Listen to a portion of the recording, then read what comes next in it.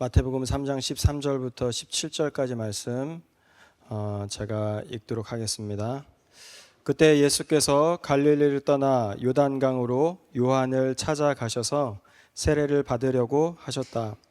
그러나 요한은 내가 선생님께 세례를 받아야 할 터인데 선생님께서 내게 오셨습니까? 하고 말하면서 말렸다. 예수께서 그에게 말씀하셨다. 지금은 그렇게 하도록 하십시오. 이렇게 하여 우리가 모든 의를 이루는 것이 옳습니다. 그제서야 요한이 허락하였다. 예수께서 세례를 받으시고 곧 물에서 올라오셨다. 그때에 하늘이 열렸다. 그는 하나님의 영이 비둘기같이 내려와 자기 위에 오는 것을 보셨다. 그리고 하늘에서 소리가 나기를 이는 내 사랑하는 아들이다. 내가 그를 좋아한다 하였다. 아멘. 오늘은 예수님은 누구신가 두 번째 시간 인간이 되신 하나님의 아들이라는 제목으로 말씀 나누겠습니다. 얼마 전에 2026년 1월 3일 미국이 그 베네수엘라를 침략한 거죠. 그래서 베네수엘라 대통령 니콜라스 마두로를 체포하였습니다. 그 이유는 이 마두로라는 사람이 부정선거로 베네수엘라의 대통령이 되었고 미국에게 대규모로 마약을 판매하려고 계획하고 있다라는 이유여서였죠. 물론 이것이 옳은 행동이냐 아니면 잘못된 행동이냐에 대해서 판단할 수 있는 여러 가지 정치적인 관심들이 있겠지만 오늘 제가 하고 싶은 얘기는 그것이 아니라 이 평가가 아니라 이 작전만을 놓고 본다라면 이 작전을 위해서 미국 특수부대가 엄청나게 치밀하게 그 작전을 준비했다라는 것입니다. 그래서 우리가 미디어나 뉴스를 통해서 여러분들이 들어보셨겠지만 미국의 이 마두로가 살던 집과 똑같은 구조의 집을 만들어 놓고 실제 동일한 벽, 실제 동일한 문, 그리고 실제 똑같은 방을 만들어 놓고 거기에 들어가서 이 특수부대들이 훈련을 했다라고 이야기하죠. 그래서 머리가 그것을 기억하는 것이 아니라 몸이 그것을 기억하게 했다라고 이야기합니다. 침투하는 순간 무언가 생각하고 판단하는 것이 아니라 그냥 몸이 자동적으로 밑으로 내려와서 마두로를 체포해서 약속된 곳으로 올라올 수 있도록 반복해서 연습하고 훈련했다라는 거죠. 그리고 CIA 스파이가 미리 이 마두로 주변의 정보를 다 파악해서 이 마두로의 행동 패턴, 이동 경로, 그리고 경호 요원들, 이 바디가드의 위치를 모두 파악하고 있었다라고 이 미디어에 나왔습니다. 근데 성경을 우리가 읽다 보면 하나님이 이렇게 굉장히 치밀하게 그리고 굉장히 중요하게 생각하시면서 한 큰 작전이 있었음을 우리가 알게 됩니다. 그리고 그 작전이 얼마나 중요하고 얼마나 하나님의 모든 열정이 다 쏟아져 있었는지 삼위일체 하나님이 함께 준비하시고 함께 진행하시는 것을 우리가 보게 돼요. 그리고 그것이 무엇인지 생각해 보면 하나님이 하나님의 백성들을 구원하시어서 하나님의 나라를 완성하시는 작전이었습니다. 그래서 여러분들이 오늘 성경 말씀을 보면 우리가 충격받는 것 중에 하나가 이 삼위일체 하나님이 동시에 이렇게 다 드러나시는 순간이 거의 없거든요. 성경을 읽다 보면 하나님만 드러나시든지 예수님만 드러나시든지 아니면 성령 하나님만 드러나시는데 오늘 이 사건 속에서는 성부 하나님, 성자 하나님, 성령 하나님이 다 드러나세요. 그러니까 그만큼 지금 하나님이 치밀하고 중요하게 생각하는 작전이 시작되었다라는 것입니다. 그래서 하나님은 이 작전 전체를 지휘하시는 이제 커맨더로, 그리고 예수님은 이 작전을 실제로 나가서 몸으로 뛰고 실제로 나가서 십자가에서 죽으시는 그 솔저로, 그리고 이제 성령님은 이제 레이더를 다 보시면서 어디에서 어떻게 예수님이 가야 되는지, 여기서 예수님이 어떻게 행동하셔야 되는지, 여기서 어떻게 예수님이 말씀하셔야 되는지 등등을 이야기하는 어드바이저 아니면 이렇게 뒤에서 여러 가지 서포트하는 그 일들을 행하시죠. 그래서 실제로 예수님이 그 작전을 위하여 인간의 몸을 입고 이 땅에 오셨으며 이제 그 작전을 직접 시작하기로 하십니다. 그래서 예수님의 퍼블릭 미니스트리를 이제 시작을 하시죠. 그런데 그때 여러분 군인들이 이제 그 전쟁에 나가거나 아니면 중요한 일을 하게 되면 이제 커미셔닝 세레모니 출정식이라는 걸 해요.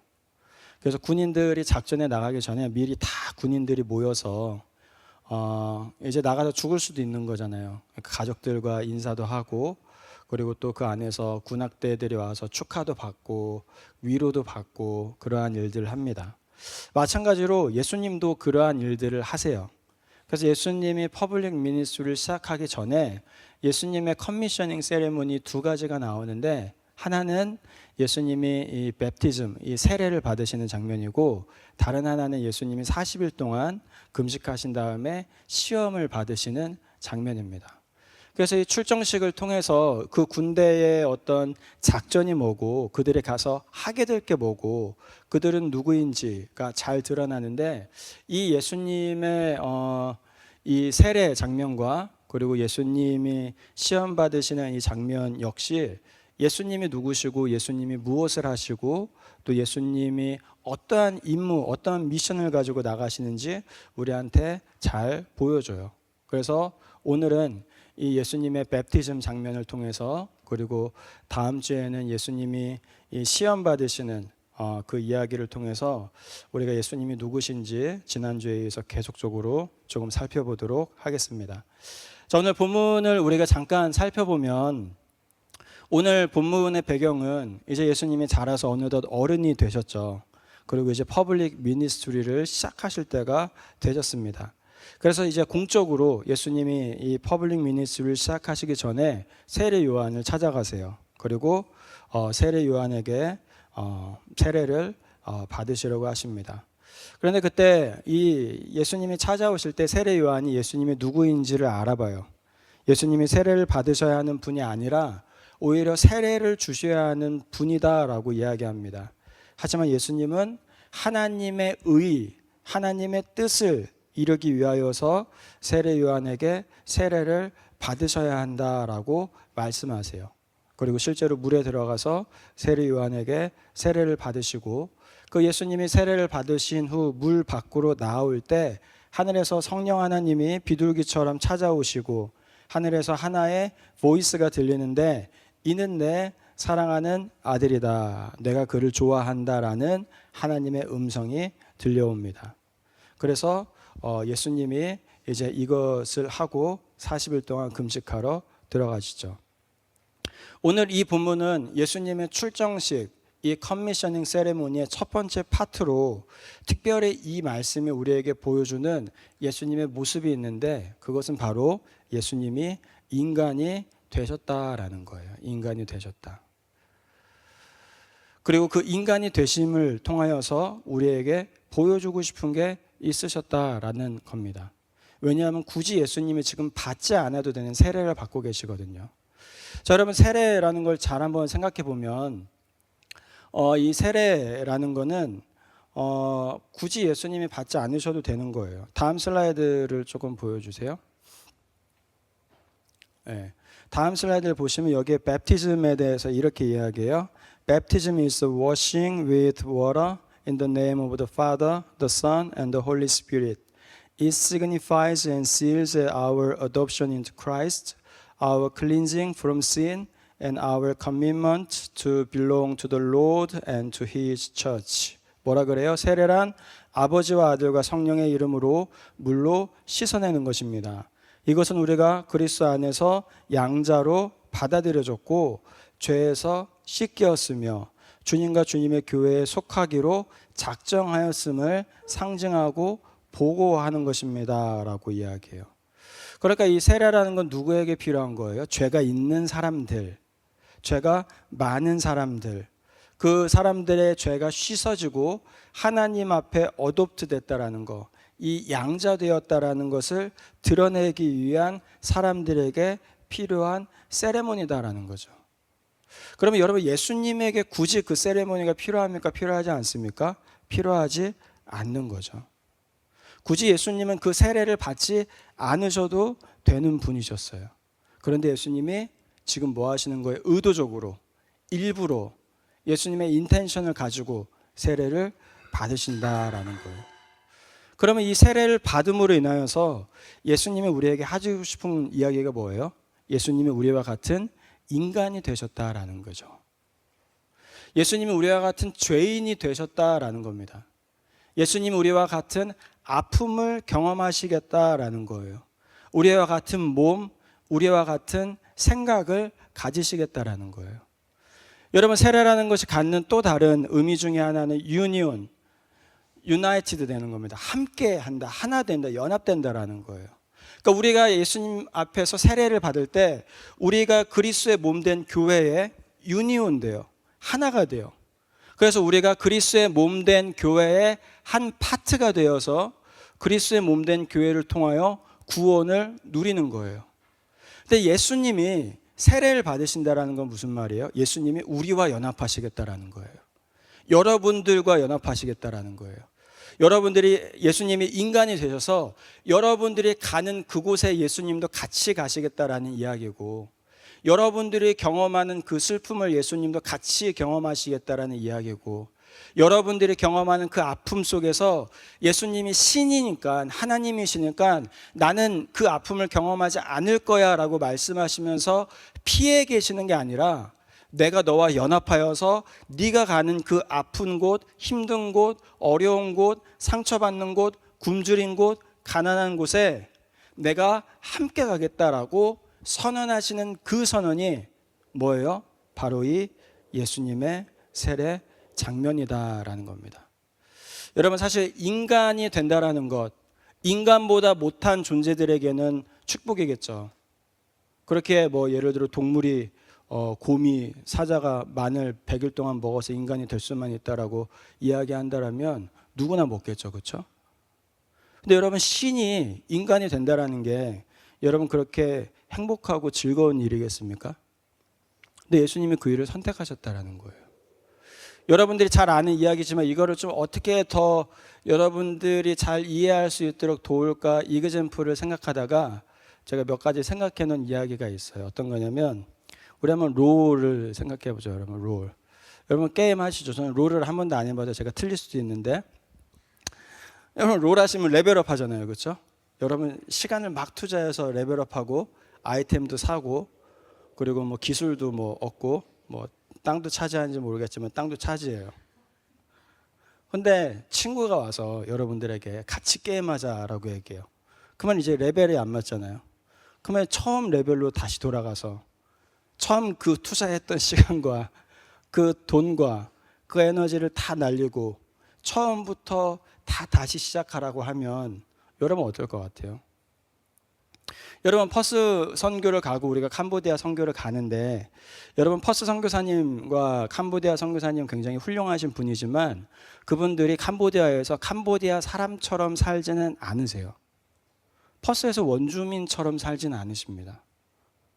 캄보디아에서 캄보디아 사람들처럼 못 씻고 못 먹고 못 입고 살지는 않으세요. 퍼스에서 원주민들처럼 그렇게 살지 않으세요. 그분들은 한국 사람들처럼 살면서 원주민들을 도우시고 캄보디아 사람들을 도우세요. 우리는 그거 가지고 아무도 그분들에게 손가락질하지 않습니다. 그리고 오히려 더 건강하셔야죠. 더 잘 챙기셔야죠. 그래야 원주민들을 도울 수 있는 거 아닙니까? 그래야 캄보디아 사람들을 도울 수 있는 거 아닙니까? 그러니까 조금 더 편안하게, 조금 더 건강을 유지하시면서 운동하시면서 좋은 음식 먹으면서 좋은 약 드시면서 사세요라고 이야기해요. 근데 예수님이 지금 한 선택이 뭐예요? 캄보디아 사람 집에 캄보디아 사람처럼 들어가서 캄보디아 사람처럼 먹고 캄보디아 사람처럼 주무시겠다라는 거예요. 퍼스 원주민들처럼 그렇게 원주민들에게 들어가서 원주민들처럼 살고 원주민들처럼 먹겠다라는 거죠. 여러분, 한국 사람으로 태어나서 한국 문화와 한국 정서와 한국 사람들의 능력을 포기하고 캄보디아 사람처럼 이 원주민처럼 살라 그러면 여러분 살 수 있겠습니까? 여러분 그렇게 살면서 행복할 것 같으세요? 막 기쁠 것 같으세요? 근데 예수님이 하신 선택이 뭐예요? 그거예요. 예수님이 그 누구보다 높으신 자리, 예수님이 그 누구보다 뛰어난 자리, 예수님이 그 누구보다 존귀한 그 자리를 내려놓으시고 캄보디아 사람처럼 되셨다라는 거예요. 여러분, 예수님이 세례를 받고 올라오실 때 오늘 말씀 16절 17절에 이런 이야기가 나와요. 예수께서 세례를 받으시고 곧 물에서 올라오셨다. 그때 하늘이 열렸다. 그는 하나님의 영이 비둘기같이 내려와 자기 위에 오는 것을 보셨다. 여러분, 하나님의 영이신 성령 하나님이 예수님이 세례를 받고 올라오시자 예수님한테 임재하십니다. 그리고 17절에 뭐라 그래요? 하늘에서 소리가 나기를 이는 내가 사랑하는 아들이다. 내가 그를 좋아한다. 하나님이 가장 사랑하는 분, 하나님이 가장 좋아하시는 분이 누구라는 거예요? 예수 그리스도라는 거죠. 그러면 그 예수님은 그냥 쉽게 생각하면 얼마나 귀하게 자랐겠어요, 여러분. 그 예수님이 누릴 수 있는 것들, 그 예수님이 경험할 수 있는 것들, 그 예수님이 가지고 있는 것은 얼마나 높고 얼마나 위대하고 얼마나 특별했겠습니까? 여러분, 인간 부모만 해도 능력이 있고 돈이 있고 힘이 있으면 그 자식들에게 좋은 것들을 주는데 심지어 그것이 하나님이라면 여러분, 예수님의 모습과 예수님의 삶이 얼마나 특별하실 수 있었겠어요.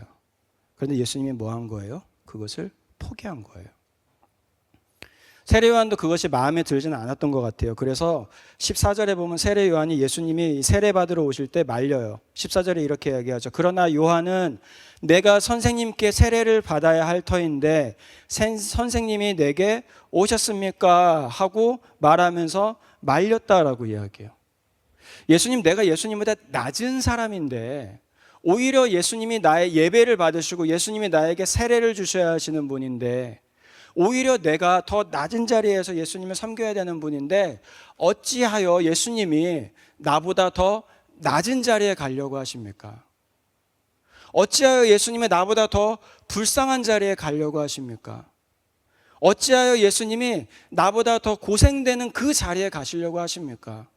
예수님은 하나님의 아들 아닙니까? 그러면 지금 예수님이 세례 받으실 것이 아니라 이 세상의 왕들처럼 높은 곳으로 가셔서 위대한 곳으로 가셔서 찬양 받으시고 경배 받으셔야 될 그 분이 어째서 나보다 낮은 곳으로 가려 하십니까? 라고 말려요. 그랬더니 15절에 예수님이 뭐라고 하십니까? 예수께서 그에게 말씀하셨다. 지금은 그렇게 하도록 하십시오. 이렇게 하여 우리가 모든 의를 이루는 것이 옳습니다. 라고 얘기해요. 하나님의 모든 righteousness를 fulfill하는 게 맞습니다라는 거예요. 이 말은 무슨 말이냐면 하나님이 이것을 계획하셨습니다. 하나님이 내가 인간으로 내려가서 낮은 자리에서 죽고 낮은 자리에서 섬기고 낮은 자리에서 인간이 경험하는 아픔과 고통과 상처를 경험하기로 계획하셨습니다. 그러면 나는 그것에 순종하겠습니다라는 거예요. 그러니까 이것이 하나님의 뜻이고 내 뜻이니까 세례 요한 당신은 말리지 말고 그냥 세례를 주십시오. 나는 당신보다 낮은 자리로 갈 겁니다. 라고 예수님이 말씀하시는 겁니다. 이것이 인간이 되신 하나님의 아들 예수 그리스도의 모습이에요. 그럼 오늘 우리가 나눌 두 가지 것은 그것이 우리에게 어떤 의미가 있느냐라는 거죠. 예수님이 인간이 되신 게 도대체 나에게 어떤 위로가 되느냐, 그것이 나에게 왜 중요하느냐라는 거예요. 그래서 간단하게 그것에 대해서 두 가지만 좀 나눠보겠습니다. 첫 번째는 예수님이 우리를 위로하실 수 있다는 거죠. 우리가 아는 것처럼 예수님이 우리의 문제를 공감해 주시고 우리의 문제를 이해해 주시고 우리의 문제에서 같이 슬퍼하실 수 있다는 거예요. 왜냐하면 예수님이 우리가 경험했던 모든 것들을 다 경험하셨기 때문이에요. 물론 여러분들이 그렇게 생각할 수 있습니다. 예수님이 시험을 떨어져 본 적은 없잖아요.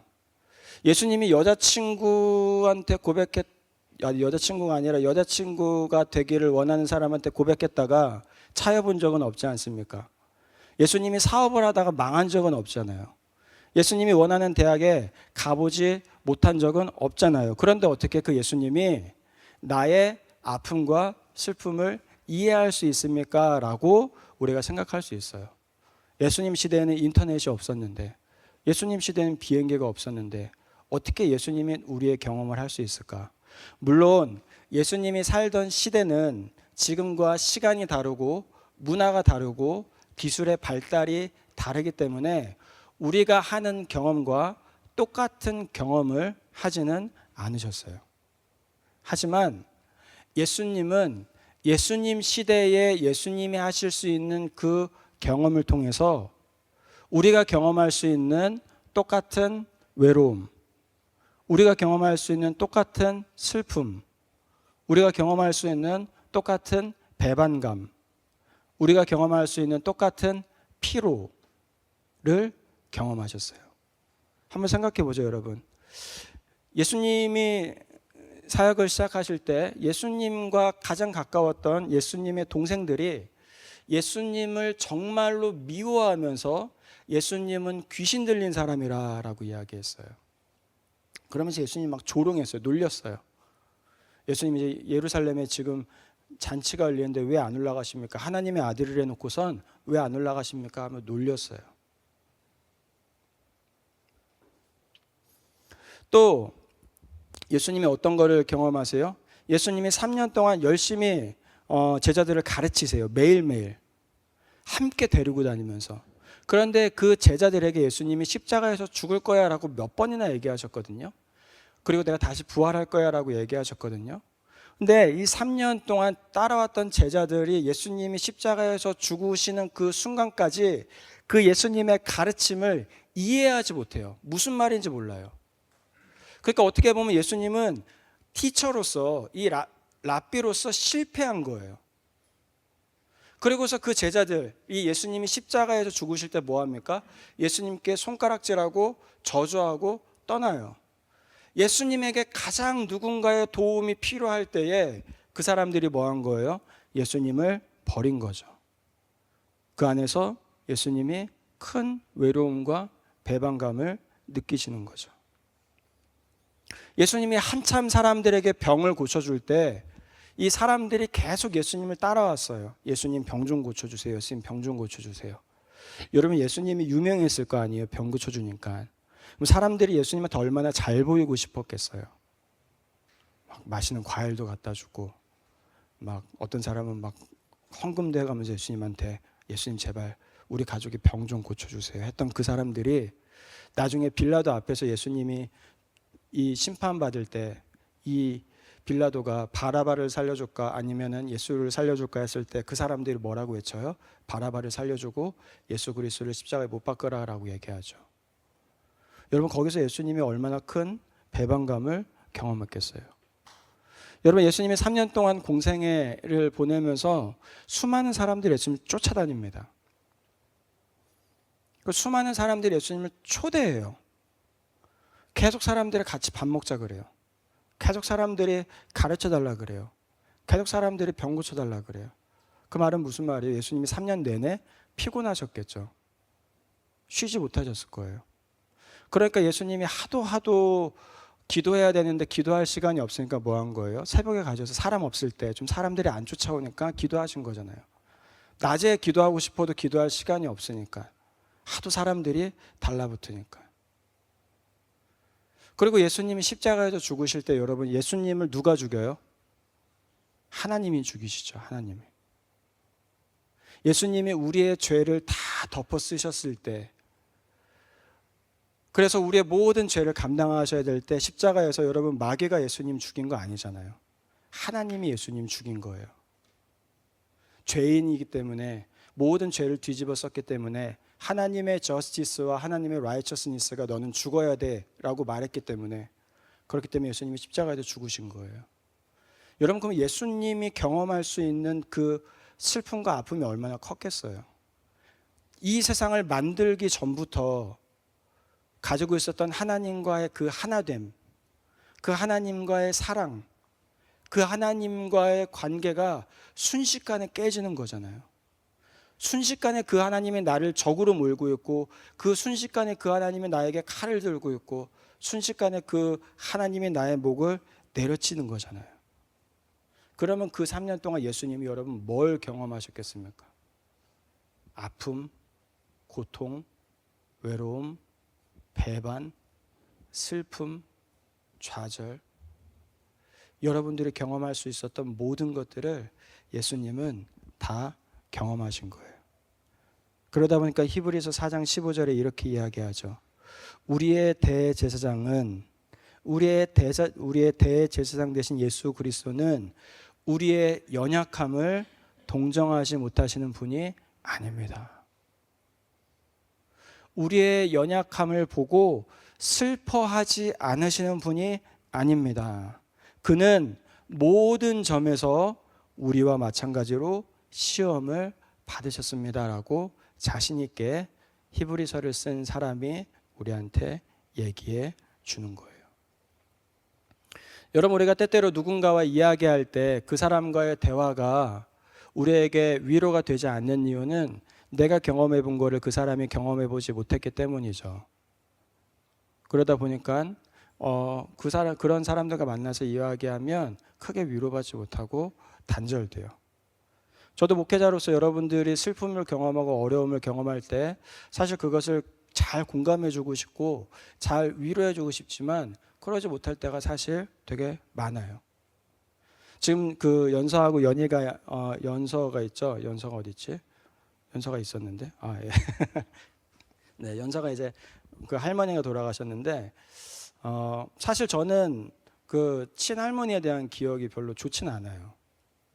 그리고 외할아버지는 제가 태어나기 전에 이미 돌아가셨고 친할아버지도 제가 태어나기 전에 돌아가셨고 외할아버지는 제가 6살 때 돌아가셨고 친할머니만 제가 고3 때 돌아가셨는데 뭐 저희랑 그렇게 사이가 좋지는 않았어요. 친할머니가. 왜냐면 제 조카가 아니라 친척 동생만 예뻐하시고 우리를 되게 차별하셨어요. 저랑 형이랑. 그러다 보니까 사실 그 관계가 크게 좋지는 않았어요. 그래서 고3 때 할머니가 돌아가셨을 때 그렇게 슬프지 않았어요. 그러다 보니까 여러분들이 부모님이 돌아가시면 저도 아버지가 돌아가셨기 때문에 부모님이 돌아가시면 굉장히 슬퍼요. 근데 여러분들이 할머니, 할아버지가 돌아가셨다고 하면 사실 저는 잘 공감을 잘 못해요. 그게 우리 인간이잖아요. 그렇죠? 우리가 경험해 보지 못한 그것을 공감해 줄 수 없고 이해해 줄 수 없는 것. 근데 예수님은 그 모든 것들을 다 경험하셨다라는 거예요. 여러분, 그게 얼마나 큰 위로고 감사합니까? 누군가는 이해해 주지 못하는 그것도 예수님은 다 이해해 주실 수 있다라는 거. 그렇게 조금은 치졸해 보이고 조금은 이야기하기 부끄럽고 조금은 이야기하기 창피한 그것까지 우리가 다 예수님께 이야기할 수 있다라는 거죠. 두 번째로 이 예수님이 인간이 되셨다라는 것이 우리에게 주는 유익은 어떤 거냐면 예수님이 여러분들을 도우실 수 있다라는 거예요. 여러분들에게 위로만 주고 끝나는 분이 아니라 여러분들이 그 문제를 해결하고 그 문제를 이겨낼 수 있는 지혜를 주실 수 있다라는 말입니다. 히브리서 2장 18절은 이렇게 이야기해요. 그분은 시험을 받아 고난을 당하셨으므로 시험 받는 사람들을 능히 도우실 수 있습니다. 자, 여러분 생각해 봅시다. 예수님에 대해서 우리가 알고 있는 사실 두 가지는 예수님이 우리가 경험할 수 있는 모든 아픔과 고통과 어려움과 외로움과 힘듦들을 다 경험하셨다라는 거죠. 여러분들 여기까지는 동의가 되죠. 그런데 아까 읽었던 히브리서 4장 18절에서 뭐라 그러냐면 그런데 예수님은 단 한 번도 죄를 지은 적이 없습니다 라고 이야기해요. 그 말은 어떤 이야기냐면 예수님이 제자들에게 배반을 당했을 때 예수님은 그 문제를 해결하기 위해서 어떠한 죄를 지으면서 그 문제를 해결하신 것이 아니라 하나님이 기뻐하시는 방법으로 그 문제를 잘 해결하셔서 죄를 짓지 않고 그 문제를 극복해 내셨다라는 이야기가 되겠죠.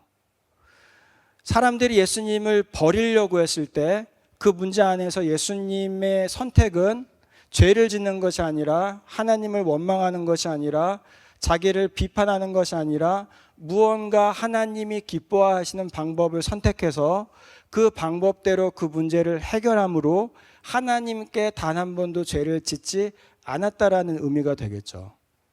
그러니까 예수님은 지금 뭐 하신 거예요?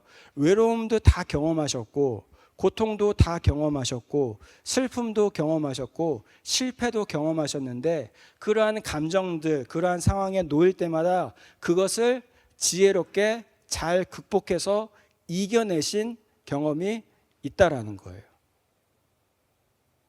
그러니까 예수님에게는 이겨본 경험이 있어요.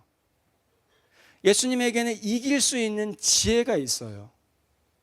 여러분들이 가지고 있는 문제에 대해서 어떻게 하면 그 문제를 잘 해결해낼 수 있는 지혜에 대한 지혜와 능력이 예수님께 있다라는 거예요. 그러니까 예수님 뭐 할 수 있어요? 여러분들을 도울 수 있어요. 여러분, 우리 이제 리폼드 티올로지, 개혁주의 신학, 우리 보수적인 신학에서 여러분들에게 계속 예수님을 강조해요. 그러면서 여러분들에게 살아가는 지혜, 돈 모으는 지혜, 데이트하는 지혜에 대해서 제가 잘 이야기하지 않고 가능하면 최대한 예수님에 대해서 이야기하려고 우리가 노력해요. 그 이유 중에 하나는 왜 그러냐면 적어도 우리가 믿는 믿음 안에는 예수님 안에 모든 지혜와 모든 해결책이 다 들어가 있기 때문에 그래요. 여러분들의 데이트의 문제, 여러분들의 돈의 문제, 여러분들의 직장의 문제, 그것은 예수님이 해결할 수 없고 마치 이걸 해결할 수 있는 진짜 지혜를 찾아가야지만, 그것들을 여러분들이 노력해서 발견해야지만 해결할 수 있을 것 같다라고 생각하지만 실제로 그 모든 것들이요, 예수님 안에 해결책이 다 있어요. 왜냐하면 예수님이 그것을 해보셨기 때문에요. 그래서 여러분들이 예수님께 하나님 내 상황을 바꿔주세요 라고 기도할 때에 하나님이 여러분들의 상황을 바꿔주지 않으시는 거예요. 여러분, 우리는 주로 그런 기도를 하잖아요. 하나님 내 상황을 바꿔주세요. 너무 힘들어요. 하나님 내가 할 수 있는 게 없어요. 하나님 내 상황을 바꿔주세요. 나에게 하나님 돈을 주세요. 나에게 능력을 주세요. 그러면서 나는 항상 뒤에 빠져 있어요. 그렇죠? 나는 항상 뒤에 빠져 있고 하나님이 좀 해결해 주세요. 하나님이 좀 도와주세요. 하나님이 좀 고쳐주세요. 하나님이 조금 인도해 주세요. 항상 하나님 탓으로 다 밀어요. 그러다 보면 하나님이 잘 안 바꿔줘요. 하나님이 잘 그 상황들을 고쳐주지 않으세요. 왜 그러냐면 그렇게 되면 여러분들이 성장하지 않기 때문에 그래요. 여러분, 제 딸아이가 6살짜리 딸아이가 저나 제 아내한테 와서 엄마 아빠 이것 좀 해주세요 라고 하면은 엄마 아빠가 고민하죠. 이 나이 또래 이 아이가 이것을 할 수 있는 능력이 있느냐 없느냐. 만약에 없는 거면 도와주죠. 하지만 있는 것은 너가 해 라고 이야기해요. 왜요? 이 아이가 잘하길 원하니까. 나중에 어른이 돼서도 계속 엄마 아빠한테 이것까지 해달라고 이야기하면 안 되니까. 손톱은 너가 자르는 거야. 이거는 너가 치우는 거야. 정리는 너가 하는 거야. 아이가 할 수 있는 상황에서 계속적으로 할 수 있도록 인도해줘요. 하나님도 마찬가지예요, 여러분. 하나님도 여러분들의 상황을 하나님이 계속적으로 해결해 주면 여러분들은 잘하지 않아요. 여러분들은 똑같은 문제가 찾아와도 해결할 수 있는 능력이 없어요. 그러니까 계속적으로 나는 그냥 뒤에 빠져 있고 하나님이 해주세요, 하나님이 해주세요, 하나님이 해주세요 하는데 하나님은 너가 할 수 있어. 너가 예수님을 의지하고 예수님을 붙잡고 예수님이 주시는 지혜를, 예수님이 주시는 능력을 경험하면 할 수 있어. 왜냐하면 예수님이 그것을 이미 했으니까. 예수님도 인간의 몸으로 그것을 입고 가서 똑같은 상황에서 이겨냈고 그것을 극복해냈고 그것을 해결해냈어. 그렇기 때문에 그 예수님 안에는 그것을 이겨낼 수 있는 지혜와 능력이 있어. 그러니까 네가 그 예수님을 붙잡고 한번 해봐. 한번 참아봐. 한번 이겨봐. 한번 도전해봐라고 하나님이 말씀하시는 거예요. 그래서 여러분들이 계속 상황을 붙잡고 기도할 때마다 하나님이 그 기도에 침묵하시는 것처럼 느껴지기도 한다라는 거죠. 그렇게 예수님은 여러분들을 변화시킬 수 있는 능력이 있으시고요. 여러분들이 어려움을 경험했을 때 그 어려움을 해결할 수 있도록 도울 수 있는 지혜가 있으시고요. 아무리 큰 슬픔이 찾아와도 그 슬픔을 극복할 수 있도록 돕는 능력이 있으시고요. 아무리 큰 답답함이 찾아와도 그 답답함 속에서 기다리고 참고 인내하면서 하나님의 타이밍을 만날 때까지 하나님을 붙잡을 수 있도록 돕는 그러한 지혜가 있으십니다. 그렇게 예수님이 인간이 되셨다라는 말은 예수님이 실제로 우리와 같은 어려움을 경험하셨기 때문에 우리를 이해하실 수 있다라는 말이고, 동시에 그 어려움 속에서 어려움을 극복해서 이겨보셨기 때문에 우리를 도와서 우리가 그 어려움을 이길 수 있도록 능력을 주실 수 있는 분이다라는 거예요. 말씀을 정리합시다. 예수님은 하나님의 아들이셨어요. 하지만 인간이 되셨습니다. 그로 인해 예수님은 하나님의 아들로서의 능력과 동시에 인간으로서의 경험할 수 있었던 모든 슬픈 것들을 다 경험해서 가지고 계십니다. 그렇게 그 예수님은 우리의 최고의 위로자요, 우리의 최고의 도움자입니다. 그렇게 어려움 가운데 있는 우리 청년들, 고민 가운데 있는 우리 청년들, 그 예수님을 사랑하고 그 예수님을 붙잡으시고 그 예수님께 더욱더 가까이 나아가시기 바랍니다. 그때 여러분들은 여러분들의 인생을 향한 해답과 여러분들의 문제를 향한 해결책을 예수님 안에서 발견할 수 있게 될 줄 믿습니다. 우리 시간 기도하죠. 하나님, 나에게 이러한 아픔이 있고 고민이 있습니다. 나에게 이러한 슬픔이 있고 어려움이 있습니다. 그런데 오늘 성경 말씀은 예수님이 그것을 다 이해하시고 다 공감해 주시고 그러한 나와 함께 해 주시고 그러한 나와 함께 울어 주시고 그러한 나를 위로해 주신다라고 말씀합니다. 그렇게 하나님, 내가 그 주님의 위로하심 안에 나아갈 수 있도록 도와주시옵소서. 그리고 그 주님은 그것을 위로하실 수 있을 뿐만 아니라 그 문제에 대한 해결책을 또한 가지고 계심을 말씀은 이야기합니다. 그렇게 주님, 내가 주님이 주시는 능력과 지혜로 그 어려움을 잘 통과하여 주님의 능력으로 승리할 수 있도록 도와주시옵소서. 우리 그렇게 함께 한번 기도하도록 하겠습니다. 하나님, 아버지, 우리 청년들, 아버지, 우리들의 삶을 보면 참으로 복잡하고 참으로 어렵고 참으로 선택해야 될 것들이 너무나 많이 있어서 이것이 맞는지 저것이 맞는지 아버지 고민되고 힘들 때가 있습니다. 아버지, 그리고 그것을 선택하며 나아갈 때마다 잘 되지 않을 때 정말로 내 선택이 뭔가 틀린 것처럼 내가 뭔가 잘못되어 있는 것처럼 슬픔을 경험할 때가 있습니다. 또한 관계를 통하여서 아픔을 경험하고 열심히 노력했지만 되지 않기도 하고 아버지 열심히 수고했지만 정말로 좋은 열매들이 맺히지 않아서 정말로 내가 왔던 길이 맞는지 내가 선택했던 그 선택이 맞는지 아버지 어렵고 힘들 때가 주님 자주 있습니다. 그러나 하나님, 오늘 성경 말씀을 보면 인간이 되신 그 예수님께서 아버지 우리의 그 마음, 우리의 그 아픔, 아버지 우리의 그 슬픔, 우리의 그 고통을 이해하신다라고 이야기합니다. 다 알고 계신다라고 이야기합니다. 그렇게 우리를 위로해 주실 수 있고 아버지 우리를 이끌어 주실 수 있고 아버지 우리를 도우실 수 있으며 아버지 우리에게 그 문제를 해결할 수 있는 지혜와 능력을 주실 수 있는 분임을 아버지 우리에게 보여줍니다. 그런데 그렇게 하나님, 아버지 우리가 그